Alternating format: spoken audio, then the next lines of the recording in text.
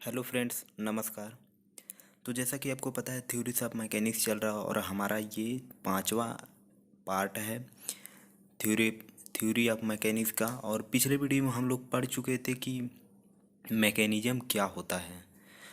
तो आज के वीडियो में हम देखते हैं कि गियर्स क्या है। मैकेनिज्म, सिंपल मैकेनिज्म जितना था वो हम सभी पढ़ चुके हैं। और अगर नहीं समझ आ रहा है तो पिछले वीडियो में जाकर देख लीजिए मैकेनिज्म क्या होता है। और ये डिग्री ऑफ फ्रीडम क्या होता है ये भी हम बता चुके हैं। और आज के वीडियो में हम पढ़ेंगे गियर्स। गियर्स आखिर होता क्या है, गियर्स के बारे में जान लेते हैं। तो चलिए शुरू करते हैं। देखिए गियर क्या होता है। जब गियर उस समय नहीं था तो बेल्ट का प्रयोग करके पुली पर बेल्ट चढ़ाकर पावर ट्रांसमिट किया जाता था। और इस बेल्ट द्वारा क्या होता था, स्लीपिंग होता था पुली पर, चूँकि स्लीपिंग होता था और उसमें एनर्जी लॉस होता था। इसलिए इसको इम्प्रूव करने के बाद गियर का प्रयोग होना शुरू हो गया। गियर का प्रयोग होना शुरू हो गया। तो देखिए, जैसा कि आपको पहले फिगर में क्या दिख रहा है, ये बेल्ट लगा है और दो पुली लगा है। इस पर क्या हो रहा है, इसमें स्लीपिंग होता है। और इसे क्या बोलते हैं, इसे नेगेटिव यानी माइनस ड्राइव बोलते हैं। इसको क्या बोलते हैं, माइनस ड्राइव बोलते हैं। और इसमें क्या होता था, एनर्जी लॉस होता था। और इसमें जो कि फ्रिक्शन जो उत्पन्न होता था वो कैनेमैटिक फ्रिक्शन होता था। क्या होता था, कैनेमैटिक फ्रिक्शन होता था। इसको मॉडिफाई करने के बाद क्या बनाया गया, इसको मॉडिफाई करने के बाद गियर बनाया गया, जो कि क्या होता है, इसमें स्लीपिंग नहीं होता था। और इसे क्या बोलते थे, पॉजिटिव ड्राइव यानी प्लस ड्राइव बोलते हैं। इसमें कोई एनर्जी लॉस नहीं होता है।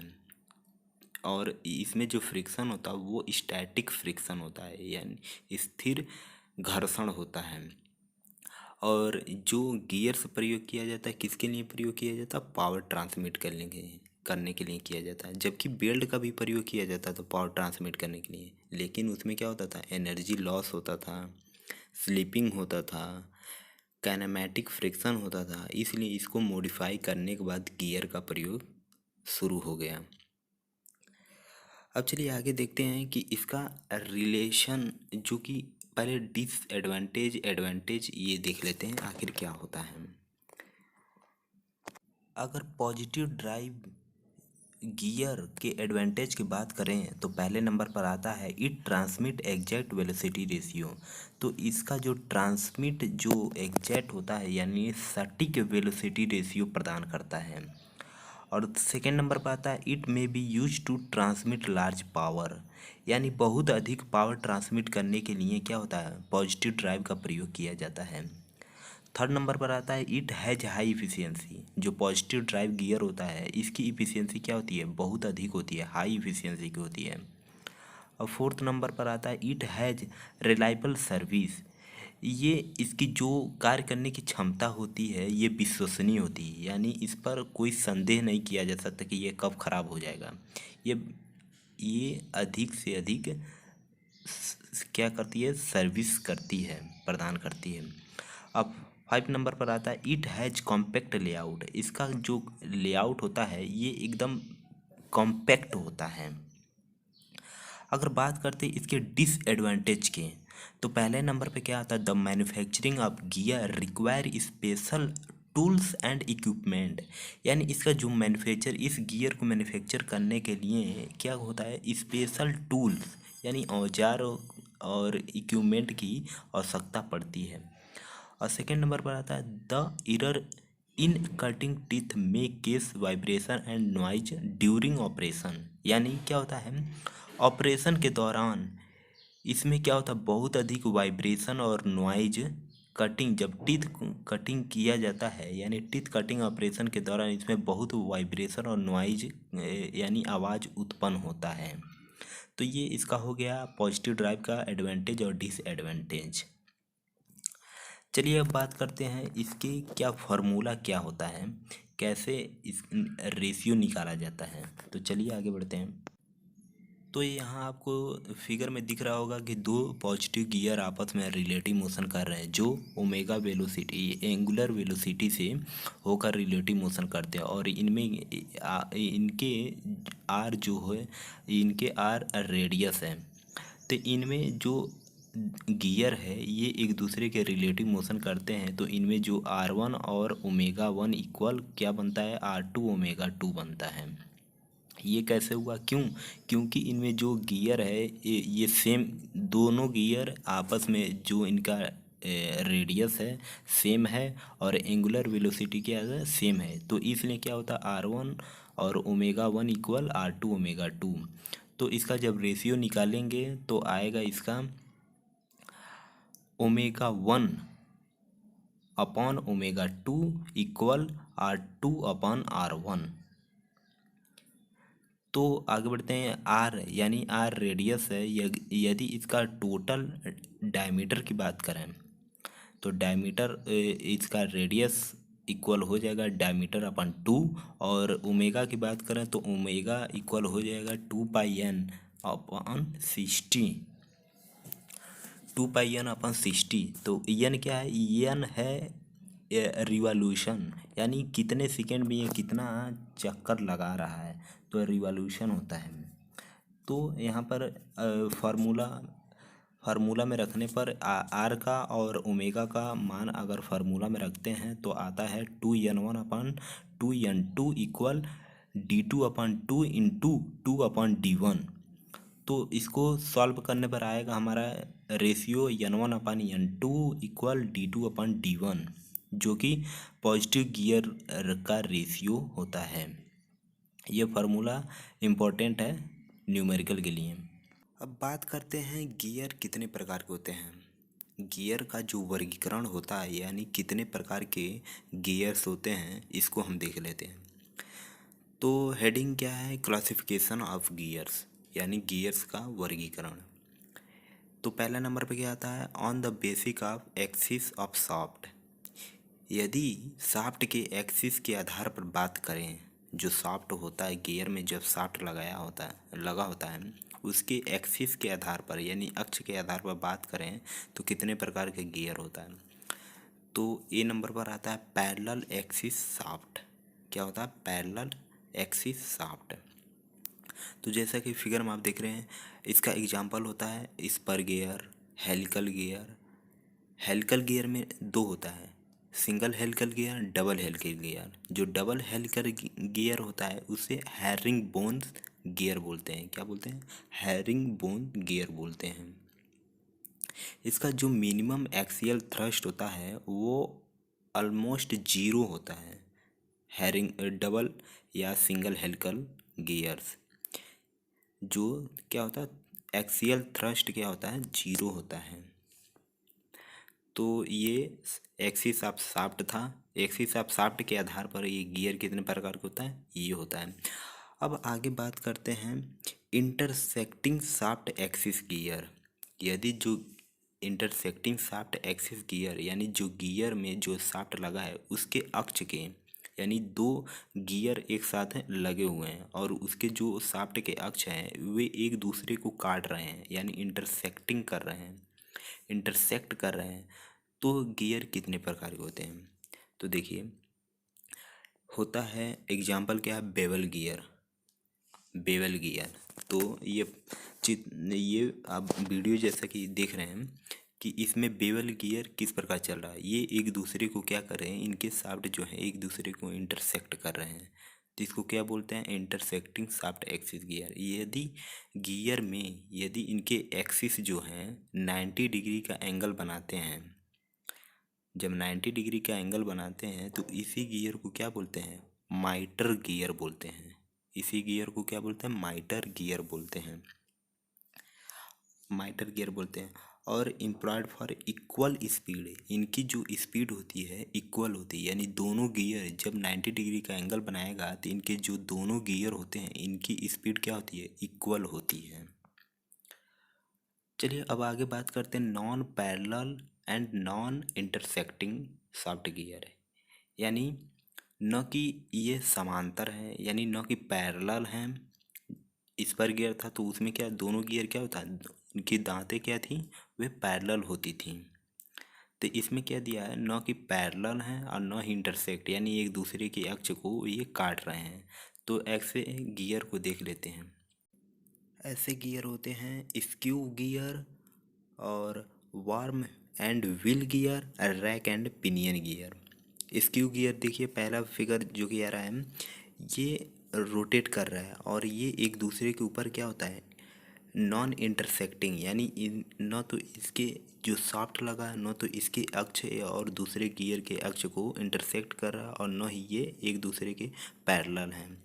तो इसको गियर हो गया और वार्म एंड व्हील गियर हो गया, रैक एंड पिनियन गियर हो गया। तो इसके रैक एंड पिनियन गियर का ये इसके जो शाफ्ट हैं इसका एक्सिस देख लीजिए और जो पिनियन रैक है इसका एक्सिस, दोनों शाफ्ट का एक्सिस देख लीजिए, न कि ये इंटरसेक्टिंग कर रहे हैं न ही पैरेलल हैं। तो इसे क्या बोलते हैं, non parallel and non intersecting shaft gears. अब बात करते हैं on the base of peripheral speed. यदि स्पीड के आधार पर बात करें गियर कितने प्रकार के होते हैं, तो स्पीड के आधार पर गियर मुख्यतः 3 प्रकार के होते हैं। पहला होता है लो वेलोसिटी गियर, जो कि क्या होता है 3 मीटर पर सेकेंड से नीचे होता है, वेलो 3 मीटर पर सेकेंड। और दूसरा क्या होता है मीडियम वेलोसिटी गियर, ये क्या होता है 3 से 15 मीटर पर सेकेंड, यानी 1 सेकेंड में 3 से 15 मीटर क्या होता है स्पीड इसका होता है, वो भी 3 से 15 मीटर पर सेकेंड वेलो यानी नीचे होता है। और हाई वेलोसिटी गियर, ये जो तीसरा है हाई वेलोसिटी गियर 15 मीटर पर सेकेंड एबव, 15 मीटर पर सेकेंड एबव यानी 15 मीटर सेकेंड पर सेकेंड से क्या होता है ऊपर, इसकी स्पीड ऊपर होती है। अब थर्ड नंबर पे आता है on the base type gear. यदि गियर के आधार पे बात करें तो कितने प्रकार का होता है। पहले नंबर पर आता है एक्सटर्नल टूथ गियर, जो कि उसकी जो गियर की दांतें जो कटिंग की गई होती है वो बाहर की तरफ टूथ होती है। और दूसरा नंबर पे आता है इंटरनल टूथ गियर, यानी इसकी जो गियर की जो टूथ होती है वो अंदर की तरफ कटिंग की गई होती है, तो इसे क्या बोलते हैं इंटरनल टूथ गियर। और थर्ड नंबर पर आता है रैक एंड पिनियन गियर, जो कि आप पिछले वीडियो में देखे हैं, फिगर में देखे हैं, जो रैक एंड पिनियन गियर होता है वे एक दूसरे पर वो रोटेट करता है, पावर ट्रांसमिट करता है, जो कि क्या होता है नॉन पैरेलल होता है, नॉन इंटरसेक्टिंग होता है, तो इसे क्या बोलते हैं रैक एंड पिनियन गियर। चलिए अब आगे बात करते हैं गियर टर्म, यानी गियर के उसके टर्म देख लेते हैं क्या क्या होता है। तो इसका जो गियर टर्मिनोलॉजी है तो इसका आप देखते हैं फिगर, आपके स्क्रीन पर एक फिगर आ रहा होगा, देखिए उसके जो 2 दांत होती हैं, गियर के तो बहुत सारे दांत हैं लेकिन पर्टिकुलर 2 दांत को इंक्लूड किया गया और इसके बारे में हम देख लेते हैं क्या क्या इसका टर्म होता है। तो सबसे पहले ऊपर देखेंगे जो ये इसके दांतें होती हैं उसकी जो फ्लैट सरफेस होती है उसे क्या बोलते हैं टॉप लैंड बोलते हैं, क्या बोलते हैं उसे टॉप लैंड बोलते हैं। और जो टीथ होती है, यदि दोनों टीथ को मिलाते हुए एक सर्कल खींचा जाए ऊपर सर्कल एक खींचा जाए तो उसे एडेंडम सर्कल बोलते हैं। यदि नीचे वाले दांतों की एकदम जो फ्लैट सरफेस से होते हुए अगर नीचे सर्कल खींचा जाए तो उसे डिडेंडम सर्कल बोलते हैं, क्या बोलते हैं डिडेंडम सर्कल बोलते हैं। और यदि 2 गियर एक दूसरे को क्या करते हैं पावर ट्रांसमिट करते हैं, एक दूसरे के साथ पावर ट्रांसमिट करते हैं, तो जिस बिंदु पर मिलते हैं उस बिंदु को मिलाते हुए यदि एक सर्कल बनाया जाए तो उसे क्या बोलते हैं पिच सर्कल बोलते हैं, क्या बोलते हैं पिच सर्कल बोलते हैं। अब देखते हैं सर्कुलर पिच, इसमें कौन सा सर्कुलर पिच है, यानी 2 दांतों के एक छोर से दूसरे दांतों के दूसरे छोर तक, यानी यदि सेम छोर, यानी एक जो कोना होता है और पहले दांत का एक कोना और फिर से दूसरे दांत का एक कोना, यदि उन दोनों के बीच जो डिस्टेंस होता है उसे क्या बोलते हैं सर्कुलर पिच बोलते हैं, पिच सर्कल नहीं सर्कुलर पिच बोलते हैं। टूथ थिकनेस तो जानते ही हैं, टूथ थिकनेस किसे बोलते हैं, ये आसान है, ये जो चौड़ाई होती है दांत की जितनी चौड़ाई होती है उसे टूथ थिकनेस बोलते हैं।